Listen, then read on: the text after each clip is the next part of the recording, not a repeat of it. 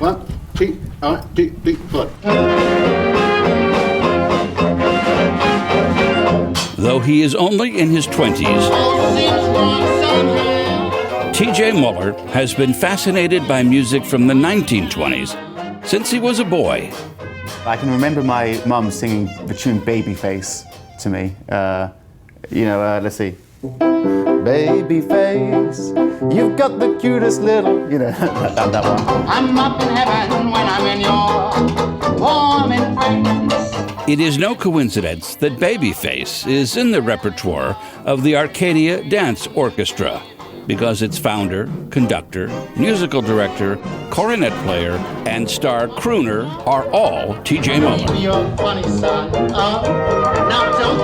I felt that it would be incredibly fun to try and put together a group that could, as authentically as possible, recreate that music with the ambition of having a 11-piece orchestra playing regularly in St. Louis, playing the exact same sort of music and repertoire that you could expect to hear in St. Louis if you were to travel back in time.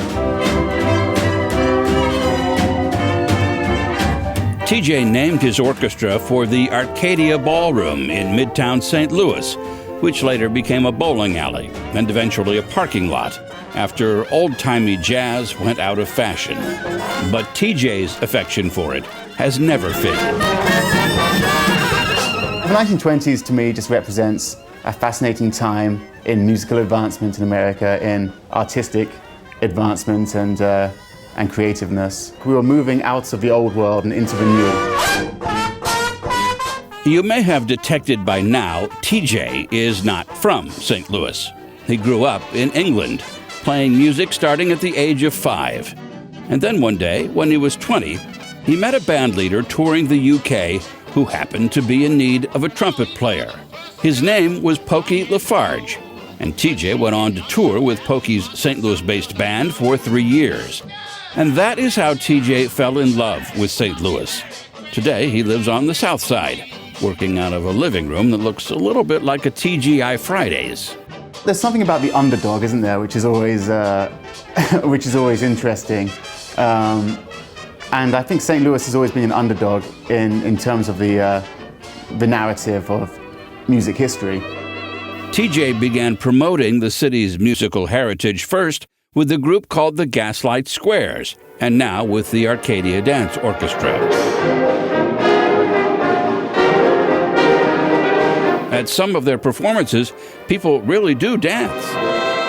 Ultimately, there's a selfish reason for why I put this all together as well. It's because I wanted to play in an orchestra, and no other orchestra would hire me, so I had to put my own together.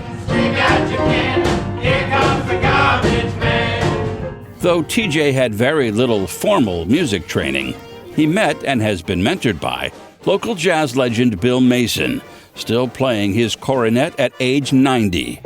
And with the help of this old book, TJ learned to transcribe tunes from old records and rearrange old charts to fit the sound of his orchestra.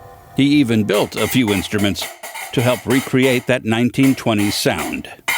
I'm trying to make that music more and more specific to St. Louis as well. I'm trying to add tunes which I have strong evidence that St. Louis bands were regularly performing and playing, and furthermore trying to find tunes composed by St. Louisans. That last song was Ozark Mountain Blues, recorded in 1929 by the Missourians. The Missourians did start right here in St. Louis. If somebody had an afternoon snack in St. Louis, I'm going to claim them.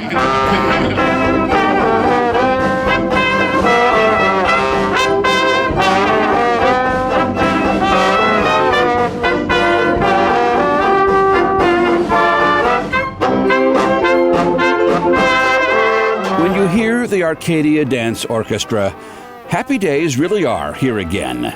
Thanks to all those old songs about tootsies and moochers and sweethearts that really did rhyme, moon, spoon, and June. You know, music with sax appeal. It can totally transcend age groups. It's quite special. It happened, and it's not being remembered. And I think that it deserves to be remembered. I'll see how far I can push it before I fly too close to the sun.